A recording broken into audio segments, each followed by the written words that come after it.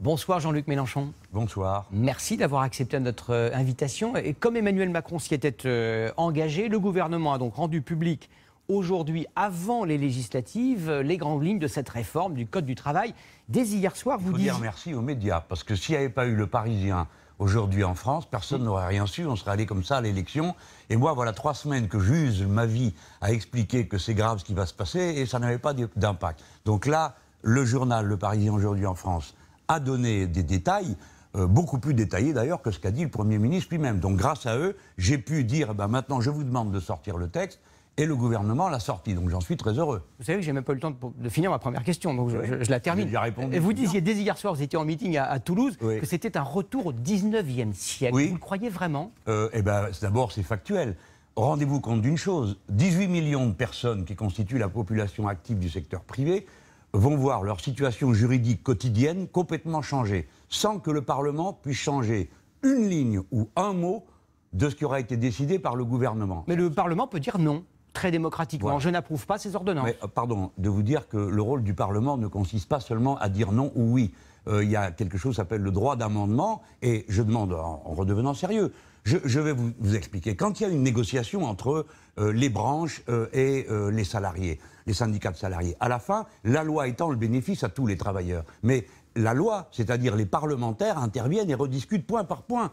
Pourquoi? Parce que le Parlement représente toute la société. La société est intéressée, figurez-vous, par exemple, sur les questions de droit d'alerte, de droit de retrait des salariés. Il s'agit de la santé publique. Donc la société, ses députés, sont intéressés à donner leur avis et les protections. Tout ça va sauter. Voilà ce que vous avez bien compris. Le salaire, la durée du travail, les délais de prévenance, le CDI qui va disparaître dans l'opération, le droit d'alerte, le droit de retrait, le traitement des jeunes qui ont moins de 16 ans au travail, tout ça, ça va se discuter entreprise par entreprise, un code de la route par rue, quoi.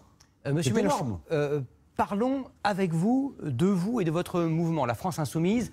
Il y a 6 semaines, on le disait, vous avez recueilli 7 millions de voix, mais on a le sentiment que vous avez du mal à redémarrer, à générer une nouvelle dynamique.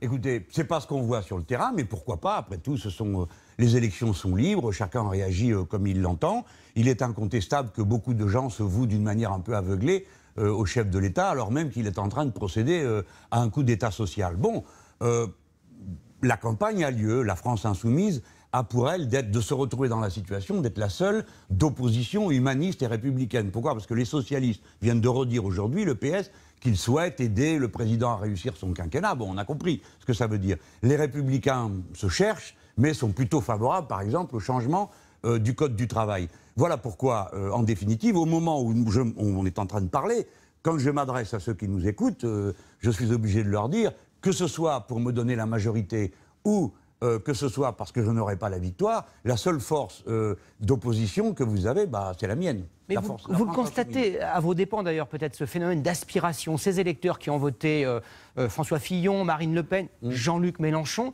et qui aujourd'hui disent « Bon, laissons la main libre au président nouvellement élu, laissons-lui une chance de réformer le pays », y compris certains de vos électeurs. Oui, parce que les gens sont d'humeur plutôt calme et préfèrent que les choses se passent bien. Mais moi, c'est mon rôle aussi de les alerter, de dire, écoutez, vous ne laissez pas endormir, parce que là, ça fait 3 semaines qu'il y a un concert de louanges pour le chef de l'État, on n'a jamais vu une chose pareille. C'est pas bon. Ne lui donnez pas le pouvoir absolu, ne lui donnez pas les pleins pouvoirs, parce que sinon, il va finir par croire tout ce qu'on dit sur lui, qu'il est génial, que tout ce qu'il dit est bien et tout ce qu'il fait est bien. Équilibrez l'Assemblée. Faites en sorte qu'on entende la voix du camp du travail, de l'humanisme, de l'écologie, qu'on l'entende dans l'Assemblée et qu'elle soit forte. Bon, moi j'espère, je vais vous paraître peut-être peu raisonnable, mais j'espère toujours gagner. Je ne vois pas comment on fait pour aller dans une élection, sinon qu'en voulant gagner. Or, je suis le seul à être dans ce cas, à part M. Macron, qui lui est déjà président. Mais je suis le seul dont le programme à la présidentielle est le même pour l'élection législative. Donc, ceux qui ont voté pour nous à la présidentielle, c'est qu'ils jugeaient ça bien. Alors je leur dis, les amis, c'est le moment de juger ça bien aussi pour l'Assemblée nationale. Avant même l'élection présidentielle, vous disiez que vous vouliez remplacer le Parti socialiste. Il y a quelques jours, vous disiez qu'il était en voie de pulvérisation. Pourquoi vous acharnez sur vos cousins socialistes plutôt que d'attaquer vos adversaires politiques de la droite et du Front National? Je le fais, figurez-vous. Beaucoup moins, de manière moins audible. Bon, non, pardon, c'est que ça intéresse moins. Mais vous attaquez plus Bernard Cazeneuve que Marine Le Pen. Eh bien, vous avez tort. Vous voyez, hier, j'ai fait 4 discours à Toulouse. Les 4 fois, j'ai expliqué pourquoi et comment il fallait s'adresser aux électeurs du Front National. Et leur dire, écoutez, vous avez raison d'être très fâchés, mais pas au point de devenir facho.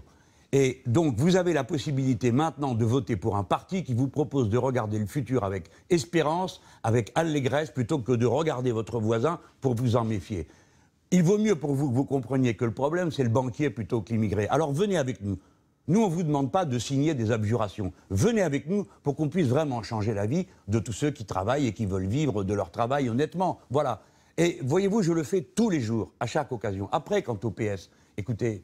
Franchement, c'est pas moi qui l'ai tué le PS, non. C'est pas moi qui l'ai détruit. C'est les électeurs qui en ont eu assez, qu'on se moque d'eux et qu'on leur mente. Voilà pourquoi ils l'ont si maltraité dans les urnes. Et je vous annonce que ça va recommencer à l'élection législative. Ils ont fait leur temps, voilà tout. De la même manière que les Républicains ont fait leur temps. La partie se joue maintenant entre M. Macron, Mme Le Pen et la France insoumise. Voilà, la vie change quand même. Merci beaucoup Jean-Luc Mélenchon d'avoir répondu à nos questions à 5 jours du premier tour des législatives.